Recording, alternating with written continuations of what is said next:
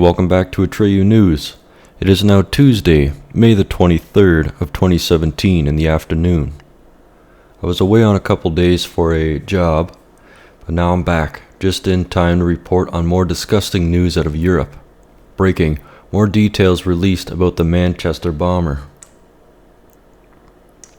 The Manchester bomber allegedly would chant Islamic prayers loudly in the street and exhibited strange behavior in the weeks leading up to the attack.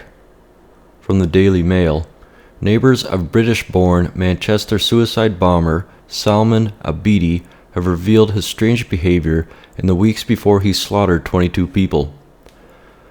Well, that is a coincidence that Trump just met with King Salman, and here we go, we have a suicide bomber with the same name. Obviously, probably no correlation, but it is strange. The 23-year-old British-born attacker was heard chanting Islamic prayers loudly in the street outside his home in the south of the city. Last night, the suicide bomber murdered and maimed concert-goers as they were leaving Manchester Arena. ISIS this morning claimed responsibility and threatened further attacks, saying one of the Caliphate's soldiers placed bombs within a gathering of the Crusaders. Police are trying to determine whether Abedi, a Manchester United fan who appears to have been radicalized within the last couple of years, acted alone or was part of a wider terror cell. So do the people say that there's no such thing as no-go zones, that there's no radicalization happening within Western civilization? I believe this attack is a prime example on how radical Islamic terrorism exists on our soil. It comes as a dramatic picture emerged showing anti-terror police swooping to arrest a 23-year-old man in Manchester over last night's atrocity. Separate pictures show raids at what is believed to have been Abedi's home in Fallowfield, where a controlled explosion took place. One neighbor claimed they heard Abedi chanting Islamic prayers at the home just before the concert hall atrocity. Forensics were seen emerging from property carrying a booklet called Know Your Chemicals. Lena Ahmed, who's 21, told Mail Online they are a Libyan family and they have been acting strangely. A couple of months ago, Salman was chanting the first kalima, Islamic prayer, really loudly in the street. He was chanting in Arabic.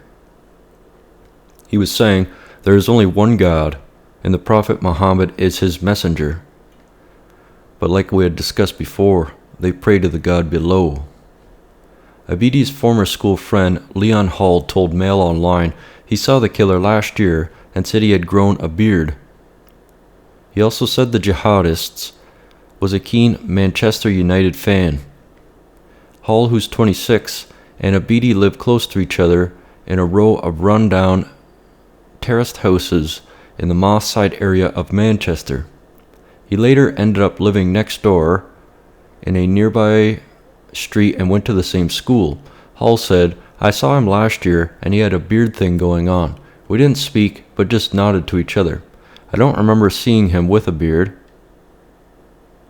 Hall said they grew up playing together on the street around their home. He and I had a tussle many years ago when we were kids. It was over nothing, but he always had a bit of an attitude problem. I can't say I really liked the man. Hall, who sat outside his home with his sister, said Abedi was a Muslim. Well, of course. What other person blows themselves up in God's name? There's no other actual religion that does that. Other family members at the house, who asked not to be named, confirmed that Abedi was a Muslim.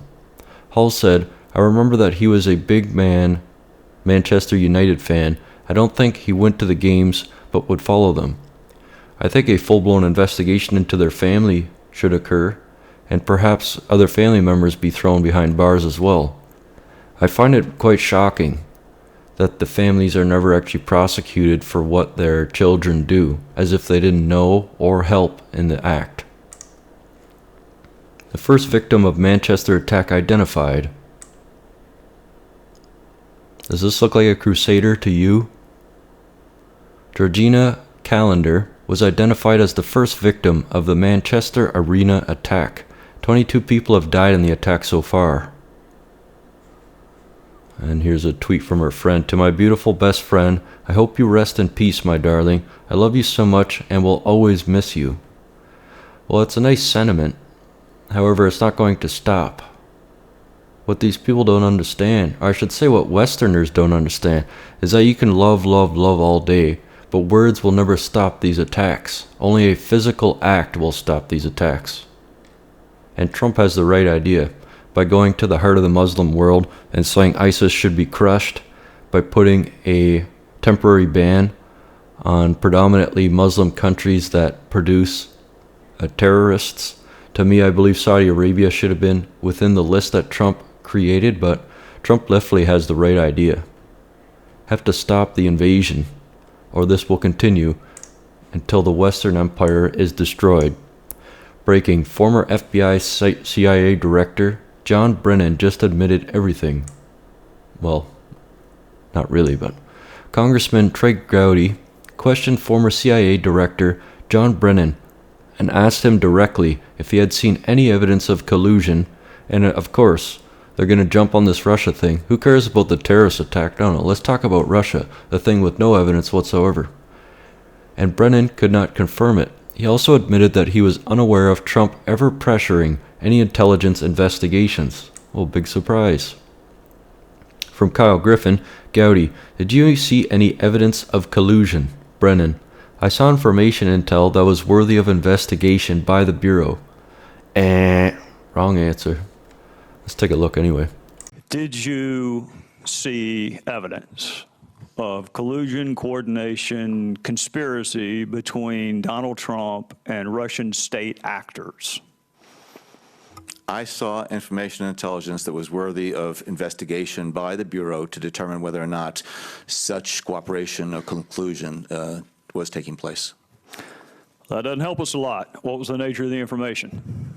As I said, Mr. Gowdy, I think this committee now has access to the type of information that I'm alluding to here. It's classified, and I'm happy to talk about it in classified session. And that would have been directly between the candidate and Russian state actors? That's not what I said. I'm not going to talk about any individuals. But that was my question, and you answered it, and you didn't answer it that way. No, I responded to your query. I'm not going to respond to particular elements of your question because I think it would be inappropriate for me to do so here. So I can only repeat what I said, which is that I was aware of intelligence and information about contacts between Russian officials and U.S. persons that raised concerns in my mind about whether or not those individuals were cooperating with the Russians either in a witting or unwitting fashion, and that served as the basis for the FBI investigation to determine whether such collusion cooperation occurred.